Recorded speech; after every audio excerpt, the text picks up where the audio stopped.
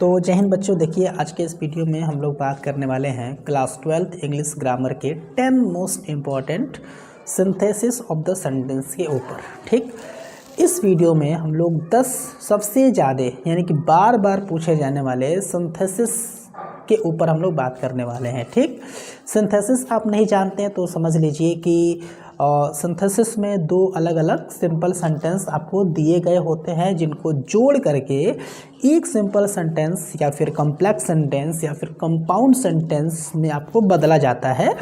लेकिन शर्त ये है कि भाव यानी कि सेंस नहीं बदलना चाहिए। यानी कि आपके पास दो अलग अलग सेंटेंस दिए गए हैं, सिंपल सेंटेंस, और उसको जोड़ करके आप एक सेंटेंस बनाइए।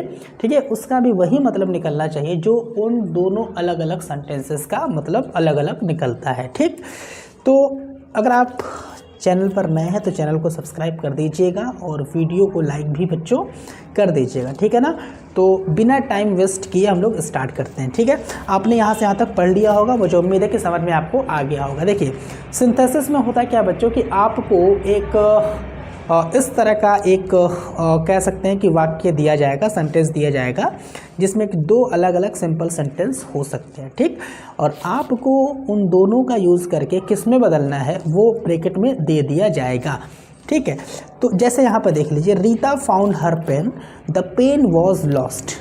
ठीक है, तो आपके पास यहाँ पर दो सेंटेंस दिया गया है और आपको इन दोनों का यूज़ करके सिर्फ एक सेंटेंस बनाना है और उसका भी मतलब सेम निकलना चाहिए। जैसे यहाँ पर क्या है, रीता फाउंड हर पेन, यानी कि रीता फाउंड हर पेन यानी रीता को अपना कलम मिल गया, यानी कि रीता ने अपना पेन पा लिया, अपना कलम पा लिया।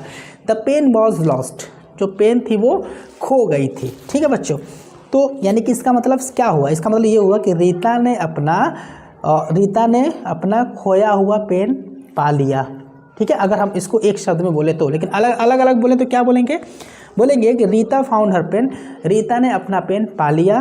The pen was lost, pen खो गया था। तो अगर हम इसको एक साथ कंबाइन करके बोलना चाहें तो क्या बोलेंगे Rita found her lost pen, Rita found her lost pen, यानी कि रीता ने अपना खोया हुआ पेन पा लिया। ठीक है, पा लिया है ऐसे बोल सकते हैं। ठीक है, चूँकि यहाँ पर पा लिया है नहीं बोलेंगे, पा लिया। ठीक, Rita found her pen, the pen was lost को कंबाइन करके क्या बोलेंगे, Rita found her lost pen. ठीक, तो आप लिख दीजिए यहाँ पर, Rita found her lost pen. बात समझ में आई?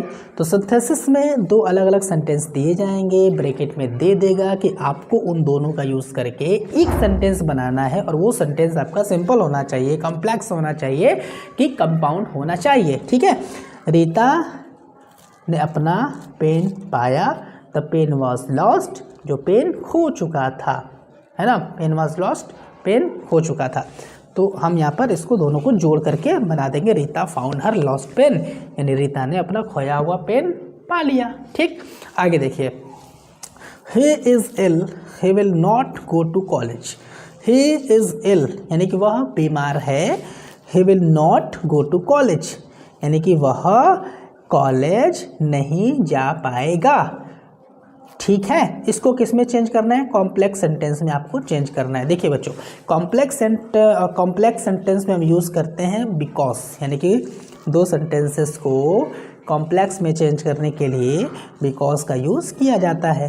तो वह बीमार है और दूसरा सेंटेंस क्या है, वह कॉलेज नहीं जाएगा। तो अगर हम इसको एक बार कंबाइन करके बोले तो क्या बोलेंगे कि वह कॉलेज नहीं जा पाएगा क्योंकि वह बीमार है, यानी कि he will not go to college because he is ill. He will not go to college because he is ill.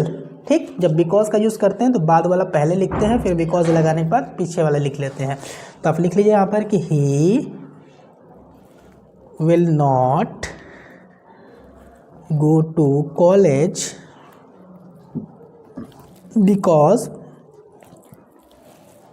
Because he is ill, क्योंकि वह बीमार है, बिकॉज ही इज़ इल।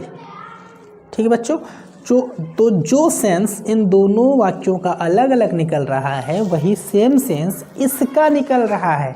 ठीक है, आगे देखते हैं। गर्ल्स प्लेड वॉलीबॉल, है ना, volleyball. The boys did not play. The girls played volleyball. इसका क्या मतलब हुआ कि जो लड़कियां हैं वो वॉलीबॉल खेलती थी, या फिर बच्चियों ने, लड़कियों ने वॉलीबॉल खेला। The boys did not play, लेकिन जो बच्चे थे, जो लड़के थे, उन लोगों ने वॉलीबॉल नहीं खेला। तो इसको अगर आप एक साथ कंबाइन करके बनाएंगे तो कंपाउंड सेंटेंस में बनाना है। ठीक है, कंपाउंड सेंटेंस में बच्चों हम लोग बट का यूज़ करके बनाते हैं। तो कैसे आप बोल सकते हैं? आप बोल सकते हैं कि the girls played volleyball but boys did not play. ठीक है, but the boys did not play, यानी कि लड़कियों ने वॉलीबॉल तो खेला लेकिन बच्चों ने, यानी कि जो लड़के थे, उन्होंने नहीं खेला। तो क्या लिखेंगे आप? लिखिए यहाँ पर कि द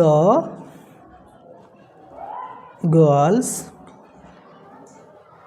प्लेड वॉलीबॉल, यानी लड़कियों ने वॉलीबॉल खेला, but the boys did not play. The boys did not play, बच्चियों ने वॉलीबॉल खेला लेकिन बच्चों ने वॉलीबॉल नहीं खेला।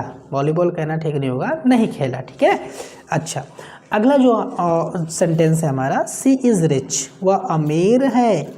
सी इज़ नॉट हैप्पी, वह खुश नहीं है। तो इसको कॉम्प्लेक्स में चेंज करते हैं बच्चों। ठीक है, और कॉम्प्लेक्स में चेंज करने के लिए हम कभी कभी आल्दो येट का भी यूज़ करते हैं।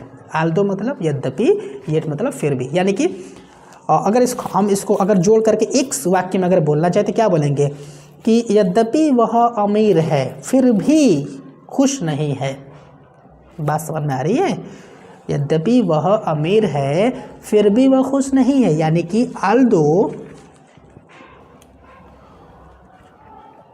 although she is rich yet, फिर भी, या फिर बट, लेकिन, इसका भी आप बट का भी यूज़ कर सकते हैं बच्चों। ठीक है, बट येट, फिर भी, she is not happy। यद्यपि वह अमीर है फिर भी वह खुश नहीं है। एक ही सेंटेंस बन गया बच्चों, और इसका जो मतलब निकल रहा है ना वो एक ही निकल रहा है। ठीक है, अलग अलग नहीं निकल रहा है। अच्छा, आगे देखिए तो लिख रहा है कि ही इज़ इंटेलिजेंट, मतलब वह इंटेलिजेंट है। ही इज़ हार्ड वर्किंग, वह हार्ड वर्किंग है। तो अगर हम इसको एक साथ मिला करके बोले और हमको सिंपल सेंटेंस बनाना तो क्या बोल सकते हैं? बोल सकते हैं कि he is intelligent and hard working, यानी कि वह इंटेलिजेंट है और हार्ड वर्किंग है, यानी कि वह इंटेलिजेंट और हार्ड वर्किंग है। तो आप लिख लीजिए यहाँ पर कि he is intelligent and hard working. ठीक, अगला देखिए, कह रहा है कि ही केम टू मी, वह मेरे पास आया। आई वॉज राइटिंग एन एसे, मैं एक एसे लिख रहा था। तो अगर हम इसको मिला करके बोले और कॉम्प्लेक्स का यूज़ करना है बच्चों, तो कॉम्प्लेक्स का यूज़ करना है और हमको मिला करके बोले तो क्या बोलेंगे बच्चों?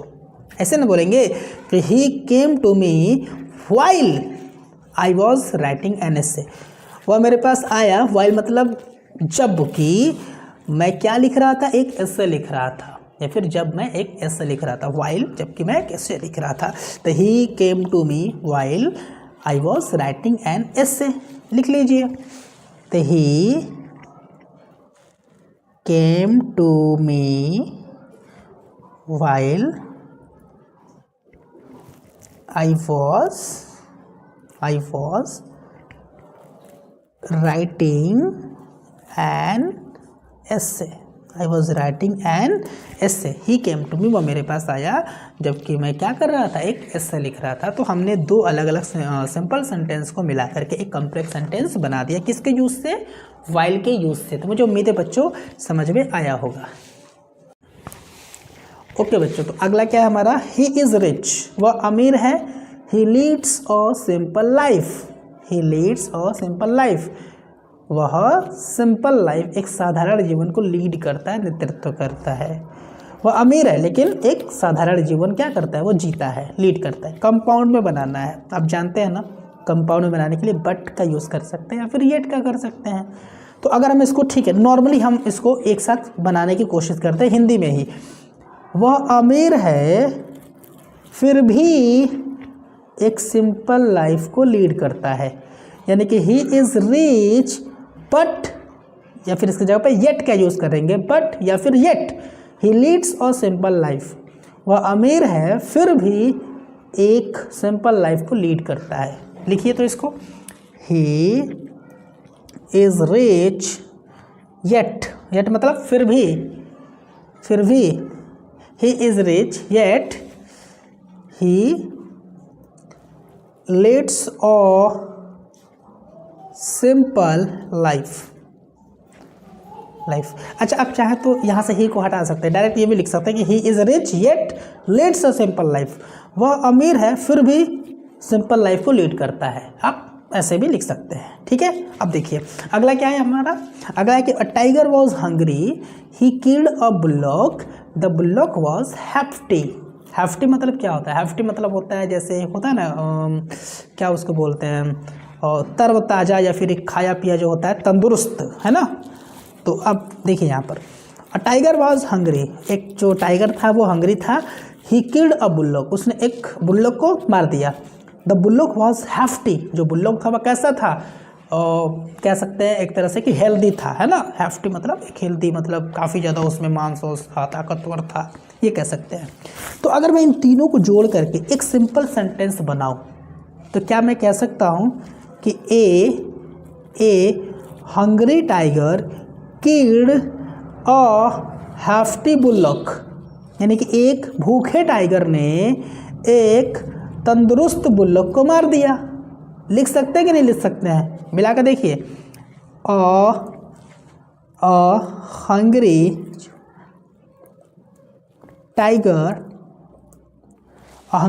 Tiger killed a hefty bullock. बात समझ में आया कि एक हंग्री टाइगर था और उसने एक हैफ्टी बुल्लोक को मार दिया। तो तीन अलग अलग सेंटेंसेस को मिला करके भी बच्चों एक सिंपल सेंटेंस बन सकता है, ठीक है। आगे देखिए अगला क्या है हमारा, अगला है कि he ran so quickly, he ran so quickly, वह इतनी तेजी से दौड़ा, ही सून ओवरटूक हिज फादर, ठीक है। वह अपने पिता को जल्द ही क्या कर लेगा, ओवरटूक कर लेगा, मतलब पा लेगा या फिर क्रॉस कर देगा, पीछे कर देगा, ठीक है। वह इतनी तेजी से दौड़ा, वह अपने फादर को क्या कर लेगा, पीछे कर लेगा, यानी कि पीछे कर देगा। क्या बोल सकते हैं दूसरे लैंग्वेज में, यही ना बोल सकते हैं कि he ran so quickly that he soon overtook his father. He ran so quickly that, वह इतनी तेजी से दौड़ा कि ही सून ओवरटूक हिज फादर, कि वह जल्द ही अपने फादर को, अपने पिता को क्या कर देगा, पीछे कर देगा, ठीक है। और हम ये भी तो बच्चों कह सकते हैं कि वह इतनी तेज दौड़ता था, था का भी यूज़ कर सकते हैं, क्योंकि सिंपल पास्ट टेंस है। ही रैन सो क्विकली, वह इतनी तेज दौड़ता था, दैट की ही सून ओवरटूक हिज फादर, वह जल्द ही अपने पिता को पीछे कर देता था, ये भी बोल सकते हैं ना। लिखिए ही ran so quickly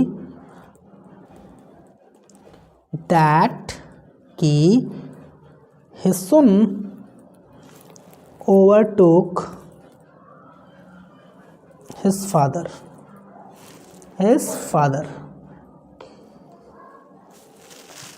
he ran so quickly that he soon overtook his father, वह इतना तेज दौड़ता था कि अपने पिता को पीछे छोड़ देता था। बात समझ में आ रही बच्चों, आगे देखिए। अच्छा, जो 10वां है हमारा, ये लास्ट है, ठीक है। कह रहा है कि वाइज मैन लव ट्रुथ, जो बुद्धिमान जो मैन होते हैं, जो आदमी होते हैं, जो वो क्या करते हैं, जो वो सच्चाई को क्या करते हैं, प्यार करते हैं, है ना। जो बुद्धिमान लोग होते हैं वो सच को प्यार करते हैं। फूल्स शन इट, और जो फूल्स होते हैं, जो मूर्ख होते हैं, वो इसको नकार देते हैं। शन मतलब नकार देना, ठीक। तो अगर हम इसको एक साथ कंपाउंड सेंटेंस का यूज़ करके बनाएं, ठीक है, कंपाउंड में एंड करके भी बनाया जाता है, ठीक है ना, ये ध्यान रखिएगा। तो कंपाउंड अगर हम सेंटेंस इसका बनाए तो कैसे बनाएंगे, wise man love truth and fools shun it, बस एंड करके जोड़ देना है और कुछ नहीं करना है इसमें। तो wise man love truth and fools shun it. Wise man love truth, जो वाइज मैन होते हैं वो प्यार करते हैं किससे, सच्चाई से, और जो फूल्स होते हैं, जो मूर्ख होते हैं, इसको क्या कर देते हैं, नकार देते हैं। तो मुझे उम्मीद है कि बच्चों आपको समझ में आया होगा। अगर वीडियो पसंद आया हो तो वीडियो को लाइक कर दीजिएगा, चैनल को सब्सक्राइब कर दीजिएगा, और आप अपना बहुत ज़्यादा ख्याल रखिए बच्चों। मैं फिर 10 सिंथेसिस के क्वेश्चंस लेकर के आऊँगा, और इसी तरह के बहुत सारे महत्वपूर्ण वीडियोज़ मुझे और लेकर के आने हैं। तो चैनल को तो सब्सक्राइब ज़रूर कर दीजिएगा बच्चों, ठीक है ना।